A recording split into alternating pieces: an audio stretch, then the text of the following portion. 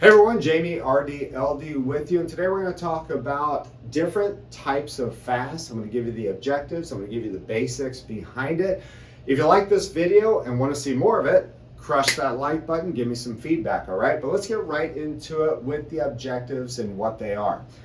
So we have time restricted eating versus fasting. In my mind, it's two very different things.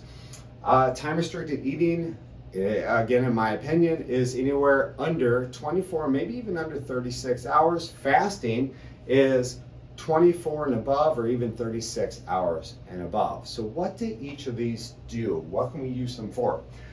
You have a 16-8, 18-6, and 24-hour that I'm indicating here in the time restricted eating category. 16-8, 16 hours without food, 8-hour window to put your meals in, whether that's 2 meals, 3 meals, or 4 meals. That's up to you and what your goals are. What do you get out of the 16-8? Well, one, it's easy. It's easier. It's mentally manageable, and I think that's probably why it's most popular. But what can it do for you? It can foster weight loss through just condensing calories and having a natural caloric restriction within that 8 hours. You're not getting all the calories you would normally have if you're eating from the time you wake up to the time you go to bed. It also offers metabolic flexibility.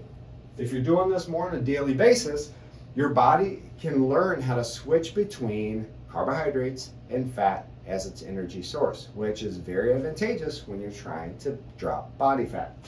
Now let's move on to the 18-6 and the 24-hour. Why do I have these here in the same category? Because I almost put them in the category of the 16-8.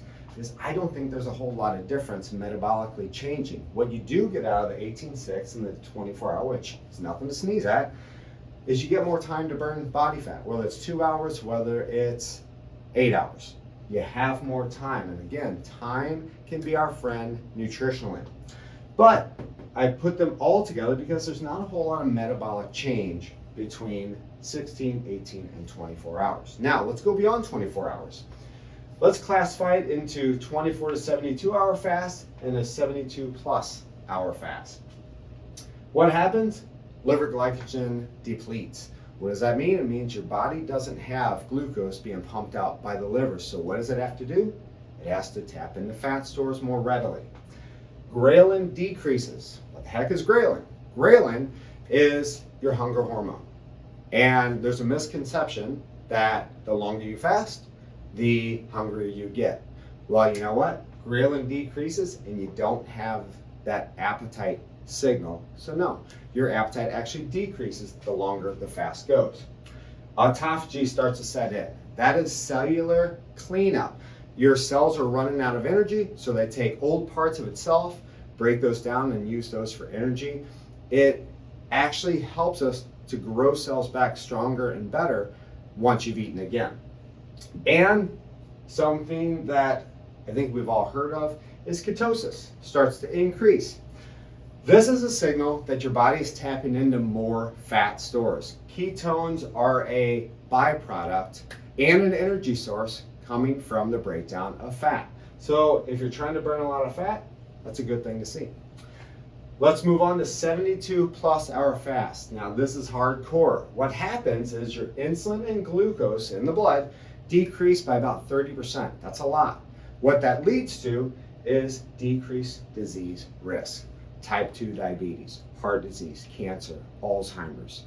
These all start to really decrease when that insulin and glucose is low for a good amount of time. And then, lastly, autophagy is really ramping up at this point. And I mentioned metabolic adaptation earlier.